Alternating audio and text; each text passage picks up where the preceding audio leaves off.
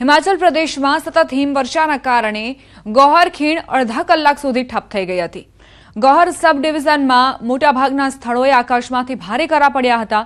ભારે મોટા કરા પડતા લોકો થોડીવાર માટે ભયભીત થઈ ગયા હતા। ઊંચાઈવાળા સ્થળોએ હિમવર્ષાના કારણે આ વિસ્તારમાં સફેદ ચાદર પથરાઈ હોય તેવો નજારો જોવા મળ્યો। ગુરુવારે મંડી જિલ્લાના નીચલા વિસ્તારોમાં વરસાદ થયો અને ઉપલી વિસ્તારોમાં હિમવર્ષા થઈ। લાંબા સમય બાદ શહેરના શિયાળાના હવામાનની દ્રષ્ટિએ થોડો સારો વરસાદ અને હિમવર્ષા જોવા મળી, પરંતુ આ વરસાદ અને હિમવર્ષા વચ્ચે ગૌહર સબ ડિવિઝનના લોકો ત્યારે ભયભીત થઈ ઉઠ્યા જ્યારે આકાશમાંથી કરા વરસવા લાગ્યા। બપોર બાદ ગૌહર સબ ડિવિઝનમાં વાતાવરણમાં એટલો પલટો આવ્યો અને આકાશમાંથી ભારે કરા પડવા લાગ્યા। એક સમય એવો આવ્યો જ્યારે આખી ખીણ અડધો કલાક માટે થંભી ગઈ। આ દરમિયાન વાહનોની ગતિ પણ સ્થગિત કરી દેવાઈ। આકાશમાંથી એટલી હદે કરા પડી રહ્યા હતા કે વાહનો જ્યાં હતા ત્યાં જ અટકી ગયા। જોકે હજુ સુધી કોઈ નુકસાનના સમાચાર નથી। ઘાટીમાં લાંબા સમય બાદ આ પ્રકારના કરા જોવા મળ્યા। તે જ સમયે ઘાટીના ઉપરના વિસ્તારોમાં હિમવર્ષા થઈ, જે સફરજનના પાક માટે ખૂબ સારી માનવામાં આવે છે। લોકોએ આ હિમવર્ષાની ખૂબ મજા માણી। આ શિયાળાની સિઝનમાં અત્યાર સુધી સામાન્ય કરતાં ઘણો ઓછો વરસાદ અને હિમવર્ષા નોંધાઈ છે।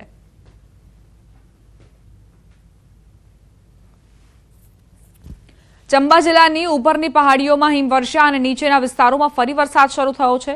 સમગ્ર જિલ્લો ઠંડીની ઝપેટમાં આવી ગયો છે। આદિવાસી વિસ્તારોમાં તીસા, પાંગી, ભરમોર અને હોડી અને ડેલહાઉસીના ઊંચા વિસ્તારોમાં 1 ફૂટથી વધુ બરફ પડ્યો છે અને હિમવર્ષા હજુ પણ ચાલુ છે। ટુરિસ્ટ ટાઉન ડેલહાઉસીમાં પણ હિમવર્ષા ચાલુ છે। આ વિસ્તારમાં હિમવર્ષાના કારણે તાપમાન શૂન્યથી નીચે જતા પ્રવાસન વ્યવસાય સાથે જોડાયેલા લોકોમાં ખુશીની લહેર જોવા મળી રહી છે।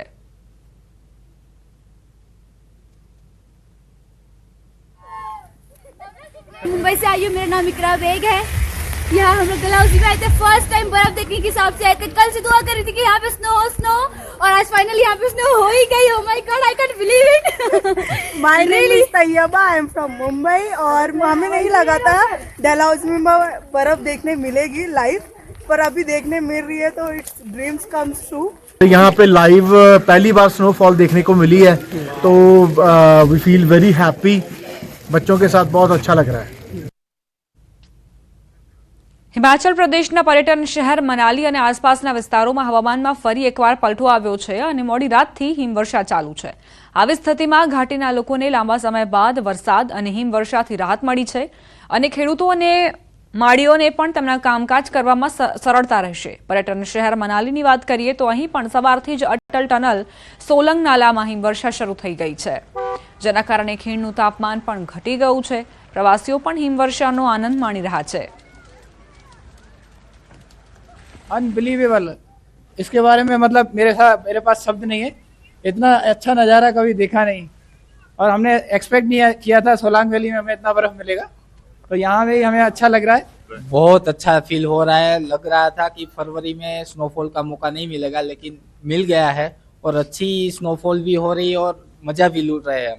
हिमाचल प्रदेश के प्रश्नगरी मनाली सहित आसपास क्षेत्रों में एक बार फिर से मौसम ने करवट लिया और उसके बाद यहाँ पर बर्फबारी का दौर आरंभ हो चुका है। इसमें मैं खड़ा हूँ सोलन वैली में और यहाँ की कुछ खूबसूरत तस्वीरें दिखाना चाहूंगा। आप देखिए किस तरह जो मनमोहक नजारा है, चारों तरफ जो है बर्फ की सफेद चादर यहाँ पर जो बिछी हुई और ऐसे में जो सैलानी यहाँ पर पहुंचे वो भी यहाँ पर जो काफी प्रसन्न है और यहाँ पर आकर जो है बर्फ का लुत्फ लेते हुए नजर आ रहे हैं। हालांकि जिस तरह मौसम ने यहाँ पे करवट ली उसके बाद यहाँ पर जो तापमान में जो गिरावट देखी जा रही, क्योंकि बीते कुछ में से देख रहे थे कि जिस तरह मौसम बिल्कुल साफ यहाँ पे चल रहा था तो उसके कारण जो है यहाँ पर जो है तापमान में भी वृद्धि होनी शुरू हो गई थी। लेकिन अब जिस तरह जो एक बार फिर से घाटी में मौसम ने करवट लिया और उसके बाद यहाँ पर जो बर्फबारी का दौर भी आरंभ हो चुका है, जिसके बाद अब जो यहाँ पे किसान बागवान है, चाहे पर्यटन कारोबार है, इसके साथ ही जो पर्यटक जो मनाली घूमने आए वे सभी यहाँ पर आकर जो काफी प्रसन्न और यहाँ पर आकर जो है वे बर्फ में जमकर मस्ती करते हुए भी नजर आ रहे हैं। सोलिंग वैली से न्यूज़ 18 के लिए सचिन शर्मा। પહાડોમાં સતત બરફવર્ષા થઈ રહી હોવાના કારણે ઓલી જ્યોતિર્મઠ મોટર રોડ પર ફરી એક વખત બરફની સફેદ ચાદર જામી ગઈ અને દર્શન કરવા આવેલા પ્રવાસીઓના વાહનો પણ ખાનગી વાહનો અને દર્શન કરવા આવેલા વાહનો થંભી ગયા।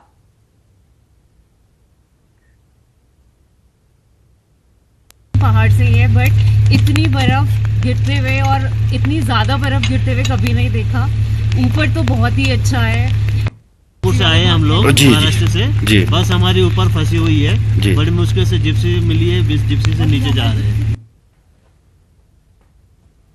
ઓલીમાં હિમવર્ષાના કારણે નજારો ખૂબ જ સુંદર બન્યો છે, જ્યારે પર્યટકો પણ બરફવર્ષાનો આનંદ માણવા માટે ઓલી પહોંચી રહ્યા છે. સ્થાનિક લોકોનું કહેવું છે કે ફેબ્રુઆરી મહિનામાં ગરમીનો અહેસાસ થવા લાગ્યો હતો, ત્યારે અચાનક હવામાનમાં આવેલા પલટાથી પહાડોમાં ફરી એકવાર ઠંડી વધી ગઈ.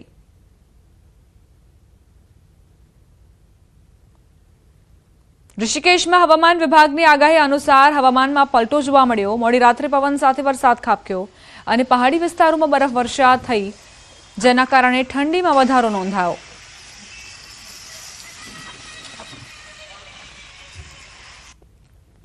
પર્યટન સ્થળ ચક્રાતાના ઊંચા શિખરો પર ફરી એકવાર હિમવર્ષા શરૂ થઈ ગઈ. હવામાનમાં અચાનક પલટો આવ્યો અને નીચાણવાળા વિસ્તારોમાં ઝરમર વરસાદ થયો. ઊંચા પર્વતીય શિખરો પર હિમવર્ષા શરૂ થઈ. લોખંડી, બુધેર, કનાસર, મોઇલાટોપ સહિત સુંદર પર્યટન સ્થળ ચક્રાતાના તમામ ઊંચા શિખરો પર ભારે હિમવર્ષા થઈ રહી છે. આ હિમવર્ષાના કારણે તમામ પર્વત શિખરો બરફથી સફેદ ચાદરથી ઢંકાઈ ગયા છે.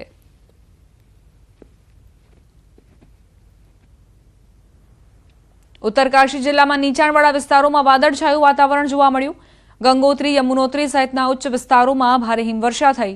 યમુનાના શિયાળાના રોકાણની તાજેતરની તસવીરો સામે આવી, જ્યાં હાલ બરફ પડી રહ્યો છે. આ બે તસવીરો પરથી હવામાનમાં ફેરફારનો અંદાજ લગાવી શકાય છે. બદલાતા હવામાનના કારણે સમગ્ર જિલ્લામાં ઠંડીનો અહેસાસ થઈ રહ્યો છે.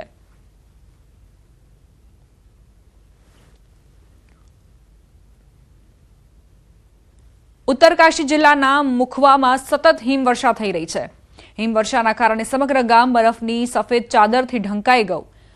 પીએમ નરેન્દ્ર મોદી પણ 27મી ફેબ્રુઆરીએ મુખવાની મુલાકાતે જશે, પરંતુ હવામાનમાં પલટાને કારણે તેમની મુલાકાત પહેલા જે કામગીરી થઈ રહી છે તેને અસર પહોંચી છે.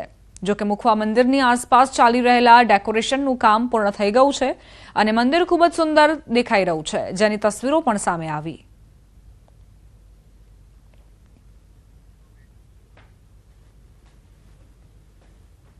आज यहाँ पर जो है रात से बर्फबारी हो रही है और इससे पहले कई दिनों से बर्फबारी नहीं हुई थी. तो पिछले दिसंबर में जो बर्फबारी हुई थी उसके बाद आज 1.5 महीने बाद जो है बर्फबारी हुई है. काम रुका हुआ है, काम नहीं हो पा रहा है, ठंड काफी ज्यादा है. तो बर्फबारी प्रारंभ हो चुकी है और मंदिर में जो सौंदर्यकरण हो चुका है और यहाँ पर पार्किंग बन रही है, रास्ते बन रहे हैं, सीढ़ियां बन रही है. जिला प्रशासन जो है पूरा कार्यक्रम यहाँ पे कर रहा है. સમાચારોમાં હવે આગળ વધીએ. હવે આરટીઓના દંડની રસીદ પણ નકલી નીકળી છે. સુરતમાં આરટીઓની નકલી રસીદ પર વાહન છોડાવવાનું રેકેટ ઝડપાયું. સરથાણા ટ્રાફિક ગોડાઉન પરથી વાહનો છોડાવી લેવાનું રેકેટ ઝડપાયું. ક્યુઆર કોડ સ્કેન ન થતા શંકા ગઈ અને ભાંડો ફૂટ્યો. નકલી રસીદ પર 3 યુવકો વાહન છોડાવવા માટે આવ્યા. ડુપ્લિકેટ આરટીઓ રસીદનો ભાંડો ફૂટતા 3 ઈસમો ત્યાંથી ગાયબ થઈ ગયા. ટ્રાફિક પોલીસે છેલ્લા 1 વર્ષની આરટીઓ દંડની સ્લીપની તપાસ કરાવતા 29 રસીદ બોગસ નીકળી. ટ્રાફિક પોલીસના કર્મચારીએ સરથાણા પોલીસ મથકમાં ફરિયાદ નોંધાવી. પોલીસે રિક્ષા છોડાવવા આવેલ કૃષ્ણા, સંદીપ અને વિશાલ નામના 3 ઈસમો સામે ગુનો નોંધ્યો છે.